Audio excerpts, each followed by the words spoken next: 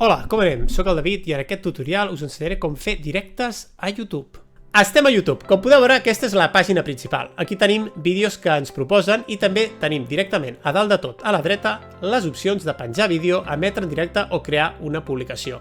Abans de parlar dels directes, anem a repassar un parell de cosetes molt ràpidament, que si no el vídeo es farà massa llarg, sobre el nostre canal de YouTube. Com l'heu de configurar per arribar a més gent? Perquè, a veure, fer directes està molt bé, però és millor si aquests els veu algú. Per tant, el primer que haurem de fer, quan ens donem d'alta a YouTube, i això ho podeu fer amb qualsevol adreça de correu a través del menú aquest de la dreta, és utilitzar les opcions del menú esquerre dins del YouTube Studio. En aquest hi trobareu l'opció de configurar, que proporciona la informació general del canal en el que podreu indicar des d'on l'utilitzeu, quines paraules clau defineixen el vostre contingut i voleu que per defecte s'incorporin a la informació de cada vídeo, si el vostre públic és infantil o no, entre altres opcions com els permisos, per si voleu compartir la gestió del canal amb altres usuaris, la comunitat on podreu assignar moderadors o bloquejar usuaris i paraules al xat del directe. L'altra opció més important és la personalització. A disseny podreu afegir un tràiler del canal escollit entre els vostres vídeos, un destacat pels subscriptors que tornen i crear llistes de reproducció tant de vídeos com d'altres canals.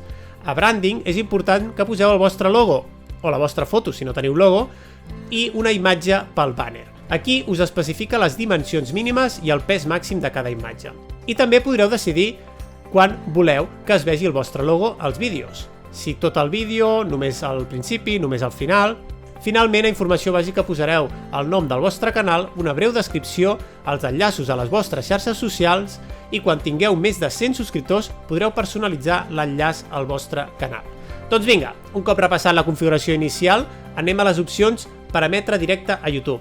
A continuació, teniu per separat els vídeos penjats dels directes emesos. I a publicacions, sempre que tingueu més de 100 subscriptors, hi podreu penjar textos, imatges i enquestes. Estil penjar coses a Twitter. Pel que fa a la informació de cada directe, YouTube ho tracta igual que els vídeos pujats a la plataforma. Per cada emissió teniu títol, descripció, portada, etiquetes, idioma, categoria, etc. És important omplir totes les opcions per ajudar la plataforma a col·locar correctament el vostre contingut. Per emetre en directe a YouTube teniu dues opcions. La primera i més senzilla és utilitzar una càmera web del propi dispositiu, ja sigui un ordinador, utilitzareu el navegador, o l'aplicació en un mòbil, l'aplicació de YouTube. I la segona opció, una mica més complicada, és utilitzant una aplicació específica que enviarà aquest contingut que genereu a YouTube. Amb el mòbil és molt fàcil, perquè només heu d'entrar a l'aplicació de YouTube, prémer el botó del mig i a baix, que posa un més, i emetre en directe. Aquí, a més de poder penjar vídeos o crear publicacions, com he dit abans, també podreu crear curts, que són els vídeos aquests verticals estil Reels d'Instagram o TikTok. Una opció bastant nova, però molt recomanable com a complement. Un cop premem emet en directe, connectarà la càmera del mòbil i tindrem les mateixes opcions que ja hem vist. El títol, dir-li qui pot veure el directe, si vols posar-li ubicació per geolocalitzar, per quin públic està fet el vídeo, entre altres opcions com per exemple programar-lo més tard. Un cop premis a següent, ja estaràs en directe i bé, en mòbil pots fer tant directes en vertical com en horitzontal. Per altra banda, si volem emetre directes des de l'ordinador, anirem a crear emet en directe i aquí ens donarà dues opcions, emetre ara mateix o programar un directe per més endavant. En el primer cas, després de configurar la segona opció, entrarem directament a la configuració del directe. En canvi, el segon cas ens crearà un nou vídeo per l'emissió en el llistat de directes. Un cop seleccionada la primera opció, ens demanarà si volem emetre directament la nostra càmera web, igual que amb el mòbil, o si volem enviar a YouTube la senyal del directe des d'una altra aplicació. Aquesta segona opció és la més elaborada i necessitarem instal·lar-nos a l'ordinador un programa des d'on realitzarem el contingut del directe. Provem primer la primera opció i després ja anirem a la segona. La primera opció és la càmera web. Aquí, òbviament, el navegador et demanarà permís per utilitzar-la i un cop permès ja podràs omplir la informació del directe la mateixa que hem vist pels vídeos. En el següent pas podràs decidir si tenir o no el xat en directe, si l'emissió és per tothom o només subscriptors, si el xat voleu que sigui més lent per moderar més tranquil·lament els comentaris i qui voleu que pugui trobar el directe a YouTube, per enllaç, públic o només per membres concrets. Per exemple, jo poso per privat, inicio directe i ja tenim el directe preparat, amb un enllaç per compartir el xat i poder igualment canviar la càmera, el micròfon o editar la informació. Ja només quedaria prémer el botó Emet en directe per començar. Aquí al menú de l'esquerra podeu consultar tots els directes programats, inclòs el que acabem de configurar. Des d'aquesta secció podrem editar-los i eliminar-los. Ara anem a provar la segona opció, la més complicada. Directe a través d'una aplicació, que ens servirà per elaborar millor la realització, podent afegir a la càmera molts altres recursos, com poden ser imatges, captures d'una pàgina web, documents, més càmeres, música de fons... És l'opció més completa, per dir-ho d'alguna manera. En aquest cas començaríem igual, aniríem a crear Emet directe, ara mateix, i aquí seleccionaríem la segona opció, programari de reproducció en directe.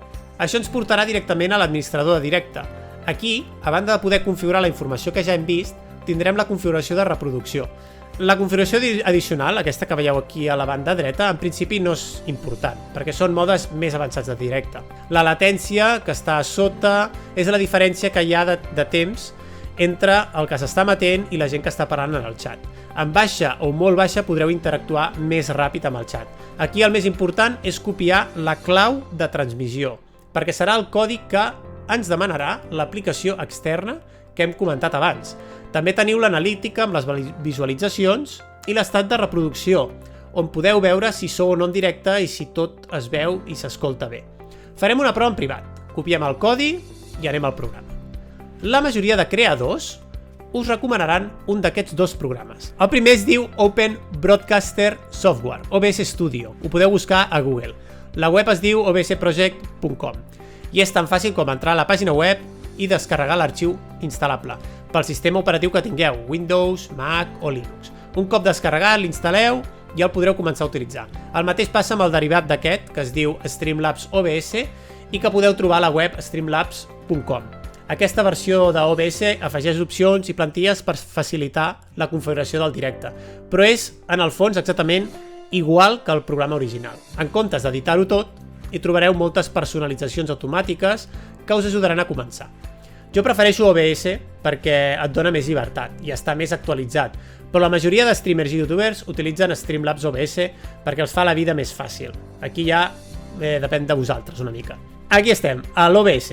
Quan l'obriu, el primer cop us sortirà un assistent automàtic. Com que jo ja el tinc configurat, en el meu cas aniré a crear un nou perfil que li diré YouTube i aquí tenim l'assistent. Aquí, entre les opcions que us planteja, teniu retransmissió en directe i enregistrament. La segona, enregistrament, és per crear vídeos de més qualitat. Com que nosaltres volem fer directe, anirem a la primera opció, retransmissió en directe. Després li indiqueu la resolució i rapidesa del vídeo que voleu emetre. Per defecte pren la informació del sistema. I a la següent indiquem l'opció de YouTube. Podeu connectar el vostre compte. És recomanat en cas que vulgueu emetre directament sense especificar absolutament res del directe, títol, portada, etc. O utilitzar la clau, que és el nostre cas. Jo prefereixo això perquè, ja us dic, tenim un enllaç concret del directe, tenim tota la informació ja posada a YouTube, ja tenim la portada, etc. Enganxaríem aquí la clau i passaríem al següent pas. Aquí veiem com OBS fa una prova de connexió. Si anem a la pàgina del nostre directe a YouTube, podem veure que està rebent la imatge, que és aquesta espècie de vídeo en blanc i negre, i un cop realitzada la prova ja deixarem de rebre informació a YouTube. I a l'aplicació, mireu, ja ens mostra la configuració aplicada. El generar directe sempre ens demanarà de nou la clau. Un cop aplicat i a l'iniciar ja estaríem en directe a YouTube. Això és important. Cada cop que engegueu directe us demanarà la clau de YouTube, perquè estem generant directes diferents amb enllaços diferents. D'acord? Si connecteu el compte, no. Serà automàtic i sempre generarà un directe igual que l'anterior. Però si voleu fer-ho més professionalment, és millor tenir aquesta clau de YouTube, posar-ho a l'OBS i cada vegada que inicieu directe fer un nou vídeo, un nou directe diferent a la resta. Aquí ja hem connectat i, com veieu, estem emetent una imatge en negre. Per canviar el que estem emetent, podem crear una nova col·lecció d'escenes, on posarem les diferents escenes d'aquest vídeo, ja sigui la portada, la càmera o la imatge final del directe. Anem a crear una nova col·lecció. Li posem de nom Càmera a YouTube.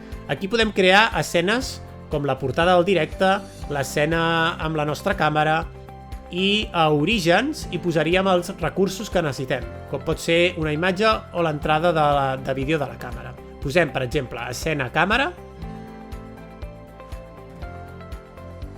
afegim com a recurs un dispositiu de captura de vídeo, que de títol li posarem càmera, perquè és la nostra càmera. És aquesta, la C922. Li selecciono la resolució que vull.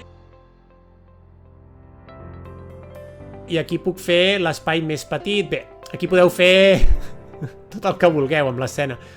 Per exemple, si vull mostrar un videojoc, jo aquí puc capturar-lo. Selecciono. Aquí tinc el Fallout obert i ja està. Ja tindríem la nostra escena amb el videojoc i la càmera.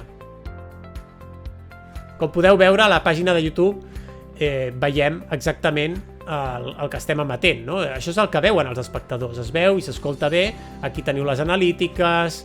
El directe està funcionant correctament. Evidentment podríeu fer diverses escenes, Podeu fer l'escena de la càmera, la podem duplicar, per exemple, per tenir l'escena del videojoc, i a l'actual només deixarem la càmera, vale?